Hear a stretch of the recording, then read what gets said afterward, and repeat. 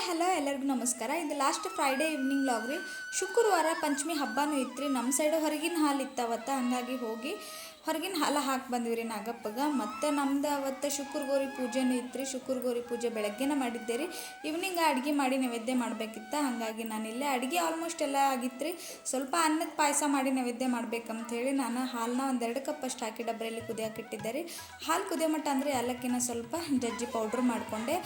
ಹಾಲು ಕುದಿಯೋಕೆ ಚಾಲೂ ಆದಮೇಲೆ ನಾನು ಪುಡಿ ಮಾಡಿಟ್ಕೊಂಡಿರೋಂಥ ಏಲಕ್ಕಿ ಪೌಡರ್ನ ಹಾಕಿದ್ದೆ ರೀ. ಮತ್ತು ಒಂದು ಅರ್ಧ ಕಪ್ ಅಷ್ಟು ಸಕ್ಕರೆನೂ ಕೂಡ ಆ್ಯಡ್ ಮಾಡಿದೆ.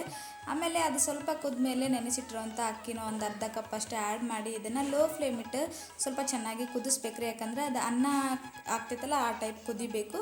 ಮತ್ತು ಇದಕ್ಕೆ ನಾವು ತುಪ್ಪದೊಳಗೆ ದ್ರಾಕ್ಷಿ ಗೋಡಂಬಿನೂ ಕೂಡ ಕರೆದು ಹಾಕ್ಕೋಬೋದು ರೀ. ನಾನು ಸಿಂಪಲ್ಲಾಗಿ ಪಾಯಸ ಮಾಡಿದ್ದೆ. ಈ ರೀತಿಯಾಗಿ ನಾನು ನೈವೇದ್ಯ ಮಾಡಿ ದೇವ್ರ ಪೂಜೆನ ಕಂಪ್ಲೀಟ್ ಮಾಡಿದ್ದೆ ರೀ. ಇವತ್ತಿನ ಮಿನಿ ಲಾಗ ನಿಮ್ಗೆ ಸ್ವಲ್ಪನಾದರೂ ಇಷ್ಟ ಆಗಿದ್ರೆ ಒಂದು ಲೈಕ್ ಮಾಡಿರಿ. Thank you for watching.